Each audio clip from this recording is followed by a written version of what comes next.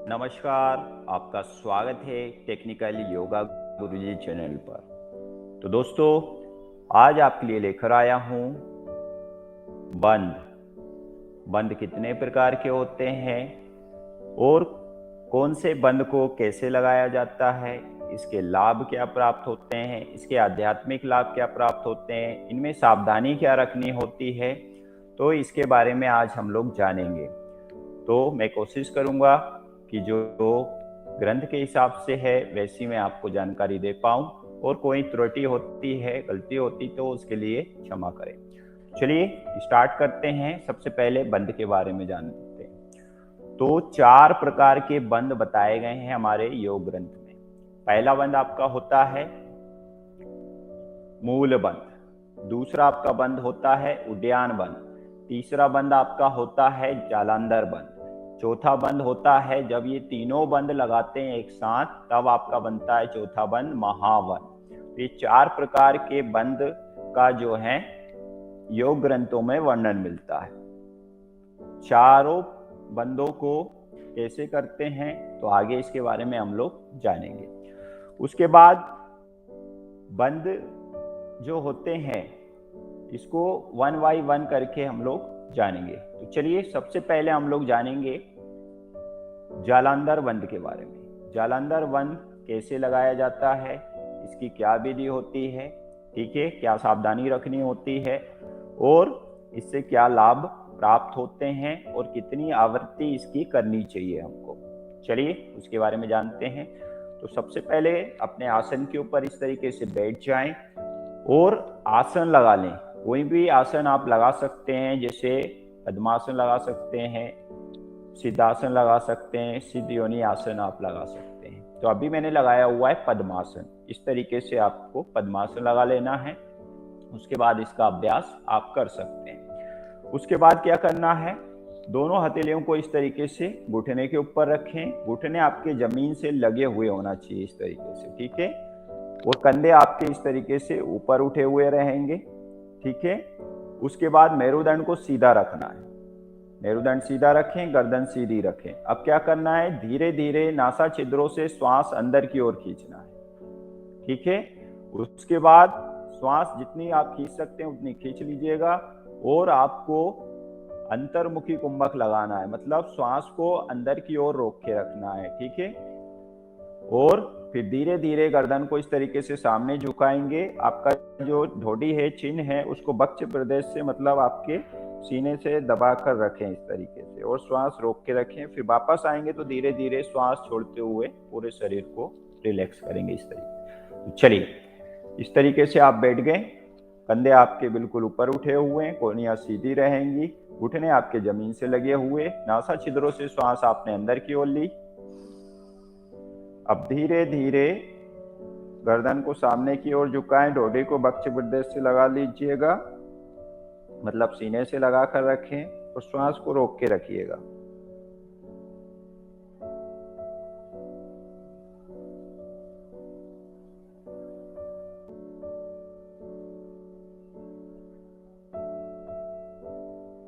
फिर धीरे धीरे श्वास बाहर छोड़ें।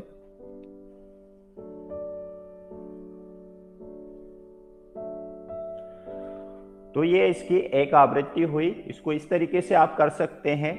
4 सेकंड में श्वास आपने अंदर ली, उसके बाद कुंभक लगाया 16 सेकंड के लिए और 8 सेकंड में श्वास आप बाहर छोड़ दीजिए। तो 1:4:2 के साथ इसका अभ्यास आप कर सकते हैं। सावधानी उन लोगों को रखनी है जिन लोगों को अस्थमा की समस्या हो, जिन लोगों को बहुत ज़्यादा अगर हाई ब्लड प्रेशर रहता हो, वो लोग इसका अभ्यास ना करें, उनकी तकलीफ इससे बढ़ सकती है, ठीक है। उसके बाद इससे लाभ क्या प्राप्त होते हैं, तो आध्यात्मिक लाभ ये प्राप्त होता है कि आपका ये है विशुद्धि, जो विशुद्धि चक्र होता है कंठकूप में, तो ये आपका जो है धीरे धीरे जागृत होने लगता है। उसके बाद इससे आपकी मधुर भाषा होने लगती है और इससे ये लाभ प्राप्त होता है, कंठ प्रदेश के जितने भी रोग होते हैं वो धीरे धीरे दूर होने लगते हैं, ठीक है।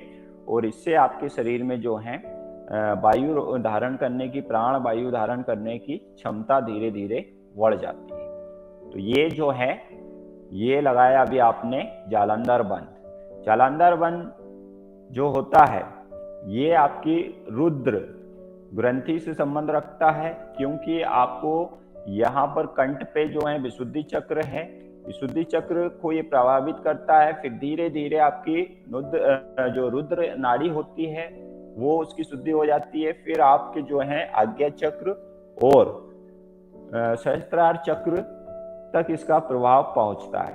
तो रुद्र जो है नाड़ी इससे जागृत हो जाती है। चलिए, उसके बाद इसकी आवृत्ति कितनी रखनी है? तो स्टार्टिंग में 1 आवृत्ति कीजिए, धीरे धीरे समय बढ़ाकर इसकी 5 आवृत्ति तक आप इसका अभ्यास कर सकते हैं। चलिए, अब दूसरे बंद के बारे में जानेंगे जिसका नाम है उड्डयन बंद। उड्डयन बंद के बारे में हम लोग जानेंगे।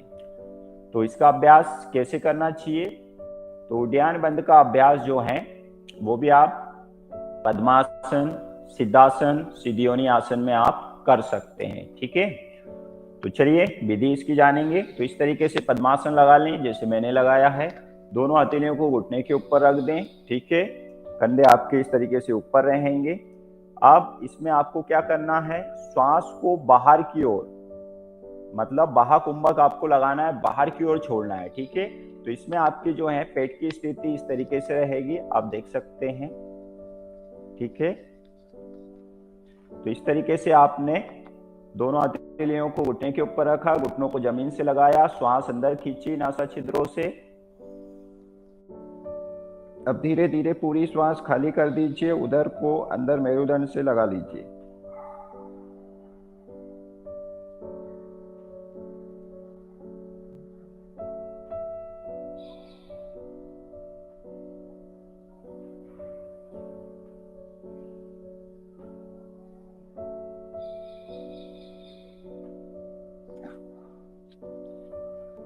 फिर धीरे धीरे श्वास आपको बाहर छोड़ना होता है। तो अभी आपने देखा हमने लगाया उड्डयन बंद। उड्डयन बंद आपके जो है मणिपुर चक्र पर प्रभाव डालता है। इसका आध्यात्मिक लेवल ये है कि आपका मणिपुर इससे जागृत हो जाता है चक्र। उसके बाद ये विष्णु जो नाड़ी होती है उसको प्रभावित करता है। वहां से जो है सुषुम्ना का प्रभाव सीधे प्राण में बराबर तरीके से होने लगता है। ठीक है, तो यहाँ से आपका जो है मणिपुर से आपके जो है ऊर्जा ऊपर की ओर जाती है, मणिपुर अनाहत। ठीक है, तो ऊर्ध्वगामी आपकी ऊर्जा होती चली जाती है। इसका जो प्रभाव पड़ता है वो उदर के ऊपर पड़ता है। तो उदर के रोग में काफी लाभदायक होता है, जैसे कब्ज, एसिडिटी, अम्लपित्त आपको जो हो गया एसिडिटी। ठीक है, उसके बाद बहुत सारे जो उदर के रोग हैं, आपकी जठर अग्नि प्रदीप्त करता है। भूख अगर कम लग रही है, मंद हो गई है, तो उसको ये बढ़ा देता है। ठीक है, तो ये जो है उड्डयन बंद है। इसको हमेशा वाहकुंभक के साथ अभ्यास करना चाहिए। स्टार्टिंग में इसकी 3 आवृत्ति कीजिए, फिर धीरे धीरे समय बढ़ाकर आप इसकी 10 आवृत्ति तक इसका अभ्यास कर सकते हैं। ठीक है, आध्यात्मिक लाभ मैंने बताया, मणिपुर को चक्र को जागृत करता है और ये विष्णु नाड़ी जो होती है उसकी शुद्धि इससे हो जाती है। सावधानी यही रखना है, जिन लोगों को अगर डायफ्राम का हर्निया है वो लोग ना करें, गर्भवती महिला इसका अभ्यास ना करें, और उधर में अगर कोई अल्सर है, फोड़े हैं, तो वो लोग भी इसका अभ्यास ना करें, क्योंकि उनकी तकलीफ इससे बढ़ सकती है। ठीक है, उसके बाद अगले जो है बंद के बारे में हम लोग जानेंगे, जिसका नाम है मूल बंद। मूल बंद का अभ्यास कैसे किया जाता है? तो मूल बंद का अभ्यास जो है आप सिद्धासन में बैठ के कर सकते हैं, सिद्ध योनि आसन में बैठ के कर सकते हैं। तो दोनों पैरों को वापस सीधे सामने की ओर खोल लीजिएगा इस तरीके से। उसके बाद आपको क्या करना है? बाएं पैर को इस तरीके से एड़ी को योनि प्रदेश के पास, आपको लिंग मूल के पास आपको लगा देना है। ठीक है, दूसरे पैर को इस तरीके से मोड़ेंगे, एड़ियां एक के ऊपर एक रहेंगी, अंगूठे अंदर की ओर छुपे हुए रहेंगे सिद्धासन में। ठीक है, इस तरीके से आपके अंगूठे छुपे हुए रहेंगे, एड़ियां एक दूसरे के ऊपर रहेंगी। आपकी एड़ियां जो हैं आपके लिंग मूलाधार से टच रहेगी। ठीक है, दोनों हथेलियों को इस तरीके से घुटने के ऊपर रखें, घुटने जमीन से लगे हुए होना चाहिए, कंधे थोड़े ऊपर उठे हुए रहेंगे, आंखें बंद रखें। इसमें अब आपको अभ्यास क्या करना है, श्वास को धीरे धीरे आप अंदर लेंगे और गुदाद्वार की मांसपेशियों को धीरे धीरे संकुचित करेंगे मूलाधार की तरफ। उसके बाद फिर धीरे धीरे आप सांस छोड़ेंगे तो गुदाद्वार की मांसपेशियों को, लिंग प्रदेश को, योनि प्रदेश को ढीला छोड़ देंगे, शिथिल कर देंगे। चलिए इसका अभ्यास प्रारंभ करते हैं।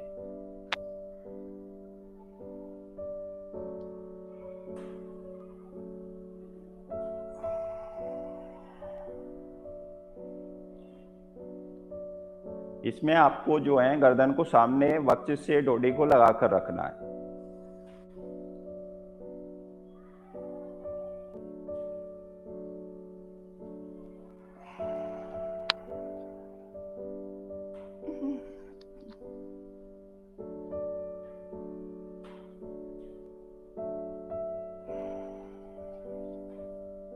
तो इसमें आपको जो है रेक्टम को शिथिल संकुचित करना है, फिर शिथिल करना है, ठीक है, लिंग प्रदेश को, योनि प्रदेश को। तो ये मूलाधार चक्र के ऊपर प्रभाव डालता है। इससे आपका ये शुद्ध हो जाता है तो कुंडली जागृत होती है। कुंडली जागृत होती है तो कुंडली ऊपर की ओर जाती है, तो मूलाधार और स्वादिष्टान चक्र का वेदन करते हुए कुंडली मणिपुर की तरफ जाती है, ठीक है। इस से ऊर्जा का आपके शरीर में प्रभाव होता है और इसको बहुत ही नियमित और संयम के साथ करना चाहिए। किसी योग प्रशिक्षक या योग गुरु के जो है मार्गदर्शन में ही इसका अभ्यास करना चाहिए। पूरी विधि प्रॉपर तरीके से अगर आपको पता नहीं है तो इसका अभ्यास फिर आप ना करें जब तक आपके सामने कोई योग शिक्षक या योग गुरु आपके साथ ना हो, ठीक है। तो इसके दुष्प्रभाव भी आपको हो सकते हैं। 3 आवृत्ति इसका आप कर सकते हैं स्टार्टिंग में, फिर धीरे धीरे समय बढ़ाकर जो है आप 10 चक्र तक इसका अभ्यास कर सकते हैं। उसके बाद इसमें सावधानी क्या रखनी है, तो सावधानी उन लोगों को रखनी है कि गर्भवती महिलाएं इसका अभ्यास ना करें। उसके बाद जिन लोगों को हृदय रोग हो, उच्च रक्तचाप हो या निम्न रक्तचाप हो, वो लोग भी इसका अभ्यास ना करें। अब इससे लाभ क्या क्या प्राप्त होते हैं, तो लाभ ये प्राप्त होता है कि ये आपके उदर रोग को ठीक कर देता है। उसके बाद आपके बवासीर जो पाइल्स की समस्या है उसको भी ये ठीक कर देता है। उसके बाद ये आपकी कुंडली को जागृत करता है, मूलाधार चक्र को जागृत कर देता है, जिससे आपकी प्रजनन क्षमता बढ़ जाती है, पाचन संस्थान को मजबूत बना देता है, ठीक है। तो इतने सारे इसके लाभ होते हैं। यहाँ पर जो है आपकी ब्रह्म नाड़ी होती है उसको जागृत कर देता है, उसकी शुद्धि कर देता है ये। तो ऊर्जा आपकी ब्रह्म नाड़ी से होते हुए विष्णु नाड़ी से होते हुए जो है आपकी रुद्र नाड़ी तक जाती है, जिससे आपके सारे चक्रों का भेदन होता है। कुंडली आपकी ऊर्ध्वगामी हो जाती है, ऊपर की ओर चढ़ने लगती है। सुषुम्ना नाड़ी की जो है शुद्धि हो जाती है, प्राण आपका जो है सुषुम्ना नाड़ी से मिल जाता है और जो आपकी जो साधारण वायु है वो सुषुम्ना नाड़ी के माध्यम से शुद्ध हो जाती है, चलने लगती है। तो ये जो है 3 बंद के बारे में अभी आपको मैंने बताया। जब ये तीनों बंदों में सजगता आ जाती है, इनका संयोजन हो जाता है, आप इनको ठीक से करने लगते हैं, तब आपको चौथा बंद करना चाहिए जिसका नाम है महावंद। तो चलिए महावंद के बारे में जानेंगे, उसका अभ्यास कैसे करते हैं। तो आपको क्या करना है, इस तरीके से आप सिद्धासन में बैठ जाइएगा, जैसे मैं बैठा हुआ हूँ। दोनों हाथों को इस तरीके से लगाइएगा घुटने के ऊपर, ठीक है। अब इसमें क्या होगा, क्योंकि जालंधर बंद भी लगेगा, इसमें मूल बंद भी लगेगा आपका और उड्डयन बंद भी लगेगा, तो तीनों बंद एक साथ इसमें आपके लगेंगे। तो आप ध्यान से देखें, इस तरीके से दोनों हथेलियों को घुटने के ऊपर रखें, श्वास को अंदर खींचे, कंधे ऊपर उठा के रखें, हाथों को सीधा रखें, घुटने जमीन से लगे हुए, ठीक है। अब गहरी श्वास लेंगे, पहले लगाएंगे जालंधर बंद, उसके बाद लगाएंगे उड्डयन बंद, फिर लगाएंगे मूल बंद। चलिए गहरी श्वास लीजिए।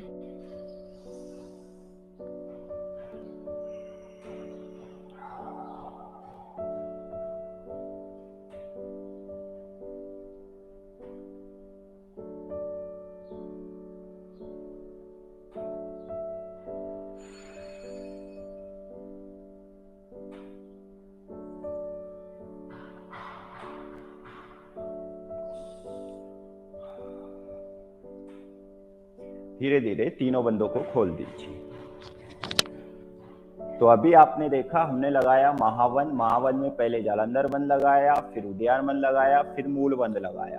ठीक है, महाबंद का अभ्यास उन लोगों को नहीं करना चाहिए जिन लोगों को अस्थमा की समस्या हो, गर्भवती महिलाओं को, ब्रोंकाइटिस वालों को इनका अभ्यास नहीं करना चाहिए। जब तक आपके तीनों बंद सिद्ध ना हो जाए, तीनों बंद अच्छे से आपके नहीं लगने लगते हैं, तब तक महाबंद का अभ्यास आपको नहीं करना चाहिए। लाभ इससे यही प्राप्त होता है, ये कंठ प्रदेश को जो है लाभदायक होता है, कंठ प्रदेश के लिए, उदर के लिए लाभदायक होता है और आपके प्रजनन क्षमता को बढ़ा देता है। ठीक है, उत्सर्जन क्षमता को बढ़ा देता है, बवासीर पाइल्स को भी ठीक कर देता है ये, और अध्यात्म स्तर पे भी आपको मजबूत बनाता है, क्योंकि इसमें आपके जो है मूलाधार चक्र, उसके बाद स्वादिष्टान चक्र, मणिपुर चक्र, अनाहत चक्र, विशुद्धि चक्र, ये आपके जो हैं एक्टिव हो जाते हैं। कुंडली आपकी धीरे धीरे ऊपर चढ़ने लगती है। सुषुम्ना नाड़ी में प्राण का प्रवाह अच्छे से होने लगता है। जो श्वास और प्रश्वास आप ईड़ा और जो है पिंगला से लेना और छोड़ने का काम करते हैं, वो जो है सुषुम्ना नाड़ी को भी शुद्ध करती है, जागृत कर देती है। तो आपकी प्राण का प्रवाह हो जाता है, ऊर्जा आपके शरीर में संचरण होने लगती है। ठीक है, इससे आपके जो है थायराइड के लिए लाभदायक होता है, अंतःस्रावी ग्रंथि के लिए लाभदायक होता है। ठीक है, करोटिड जो साइनस है उसके लिए लाभदायक होता है।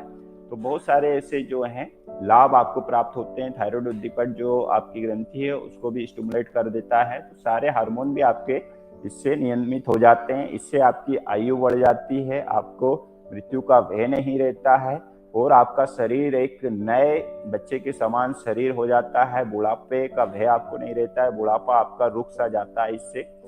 तो इनका अभ्यास आप नियमित रूप से कर सकते हैं और लाभ ले सकते हैं। आपके कोई प्रश्न हैं तो आप हमसे पूछ सकते हैं कमेंट्स के माध्यम से, या किसी और टॉपिक पर आपको वीडियो या जानकारी चाहिए तो आप कमेंट्स करके हमें बता सकते हैं। हम अगली बार लाइव स्ट्रीम में उस टाइप का टॉपिक आपके लिए लेकर आएंगे। हमारे द्वारा दी जानकारी आपको पसंद आई हो तो हमारे वीडियो को लाइक कीजिए और इस महत्वपूर्ण जानकारी को ज़्यादा से ज़्यादा लोगों तक शेयर करें। और चैनल में नए हैं तो सब्सक्राइब करना ना भूलें। ऐसे ही योग ग्रंथों के द्वारा महत्वपूर्ण जानकारी आपको हम देते रहेंगे, आप तक पहुंचाते रहेंगे। धन्यवाद।